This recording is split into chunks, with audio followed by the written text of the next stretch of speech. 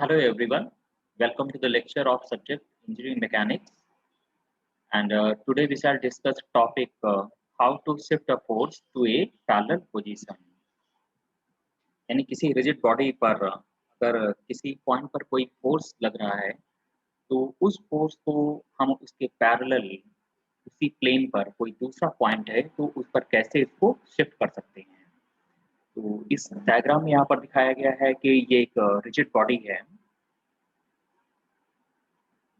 और इस rigid body पर पॉइंट ए पर कोई एक फोर्स एफ यहाँ पर लग रहा है जिसका कि मैग्नीट्यूड और डायरेक्शन है और इस फोर्स एफ को हमें इसके पैरेलल एक पॉइंट बी, तो दूसरी पोजीशन है पॉइंट बी, उस पर इसको शिफ्ट करना है। तो इसको शिफ्ट करने का जो मेथड है वो यहाँ पर ये है कि पॉइंट फोर्स एफ को यहाँ ए पर जो लग रहा है उसको बी पर शिफ्ट करने के लिए बी पॉइंट पर एक फोर्स अप्लाई करना होगा जिसका कि मैग्नीट्यूड और डायरेक्शन ओरिजिनल फोर्स एफ के इक्वल हो और इस पॉइंट बी पर एक मोमेंट ऑफ कपल एम उसको अप्लाई करना होगा। तो इस तरीके से हम फोर्स एफ को जो एक पॉइंट ए पर लग रहा था उसको पैरेलल पोजीशन बी पर शिफ्ट कर सकते हैं। तो ऐसा क्यों किया गया है, यानी पॉइंट बी पर क्यों मोमेंट अप्लाई किया गया है और जो फोर्स यहाँ पर अप्लाई किया गया है तो उसका मेथड यहाँ पर जो है वो डिस्कस किया है। तो इसको स्टेप में यहाँ पर देखेंगे। तो पहला स्टेप यहाँ देखते हैं। तो पहले स्टेप में यहाँ पर क्या है कि इस रिजिड बॉडी पर फोर्स ए पॉइंट पर फोर्स एफ लग रहा है। तो पहले हम यहाँ पर इसकी जो पैरेलल पोजीशन बी जहाँ पर इस फोर्स को शिफ्ट करना है वहाँ पर दो फोर्सेस अप्लाई कर देंगे, P1 एंड P2। P1 और P2 दोनों का जो मैग्नीट्यूड है वो ओरिजिनल फोर्स F के इक्वल होना चाहिए और ये दोनों फोर्सेस P1 और P2 इनका जो डायरेक्शन है वो एक दूसरे के अपोजिट होगा। So P1 this is equal to minus P2 and the magnitude of these two forces P1 and P2 are equal to the magnitude of the original force F। तो point B पर इन दोनों forces को यहाँ पर apply किया गया है जो कि फोर्स F के पैरेलल है। तो P1 this is P1 and this force is P2। so this is our first step। Second step में फोर्स एफ को उसकी लाइन ऑफ एक्शन पर यहाँ पर कहीं पर भी शिफ्ट कर सकते हैं बिना उसका डायरेक्शन चेंज किए हुए। तो लॉ ऑफ तो principle of transmissibility of force को यूज करते हुए यहाँ पर हम फोर्स एफ को उसकी लाइन ऑफ एक्शन पर किसी पॉइंट पर इसको शिफ्ट करेंगे। किस पॉइंट पर उसको शिफ्ट करेंगे? तो पॉइंट बी से फोर्स एफ की लाइन ऑफ एक्शन पर एक नॉर्मल यहाँ पर ड्रॉ करेंगे जो फोर्स एफ की लाइन ऑफ एक्शन को सी पर इंटरसेक्ट कर रहा है और इस फोर्स एफ को सी पर शिफ्ट कर दिया गया है। तो आप इस डायग्राम में यहाँ पर देख सकते हैं कि फोर्स एफ को उसकी लाइन ऑफ एक्शन पर सी पॉइंट पर यहाँ पर उसको शिफ्ट कर दिया गया है।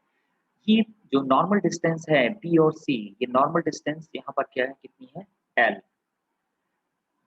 अब नेक्स्ट स्टेप में अगर इन दोनों फोर्सेस को एक साथ देखें, फोर्स P2 और फोर्स F, तो ये दो forces these two forces are equal in magnitude, opposite in direction and they are separated by certain distance L।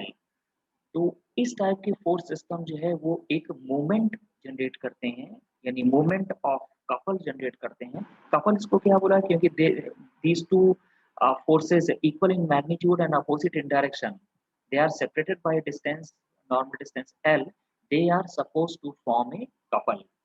तो ये दो फोर्सेस इस बॉडी पर एक मोमेंट अप्लाई करेंगे, मोमेंट जनरेट करेंगे। तो ये मोमेंट की वैल्यू यहाँ पर कितनी होगी? तो moment of the couple will be equal to कोई एक फोर्स F या P2, कोई एक फोर्स यहाँ पर लेंगे और नॉर्मल डिस्टेंस, इनका प्रोडक्ट होगा जो कि मोमेंट, जिसकी वैल्यू मोमेंट के इक्वल होगी। So the moment of the couple this is equal to force any of the two force multiply with the normal distance between the both the forces, so this value become F into L।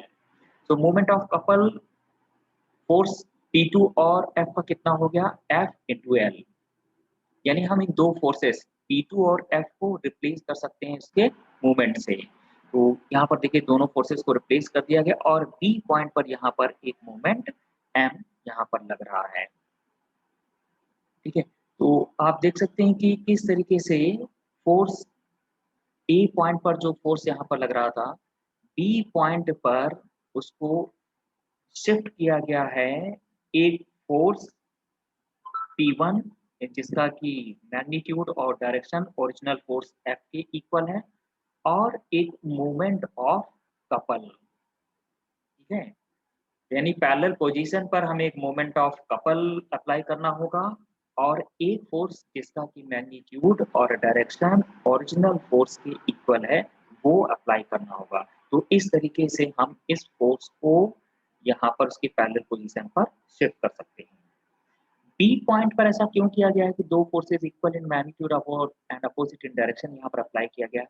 देखिए, ऐसा करने से जो एक rigid body है, इस rigid body का state जो है वो चेंज नहीं होगा, क्योंकि ये जो दो फोर्सेस P2 और P1 है, they are equal in magnitude and opposite in direction. So ये एक दूसरे को कैंसिल आउट कर देंगे, और इस बॉडी पर जो नेट फोर्स है वो अभी भी क्या लग रहा है, F लग रहा है। तो बॉडी पर जो टोटल फोर्स है वो P1 और P2 को अप्लाई करने से उसका जो रिजल्टेंट है वो यहाँ पर चेंज नहीं होगा, वो अभी भी F ही लग रहा है।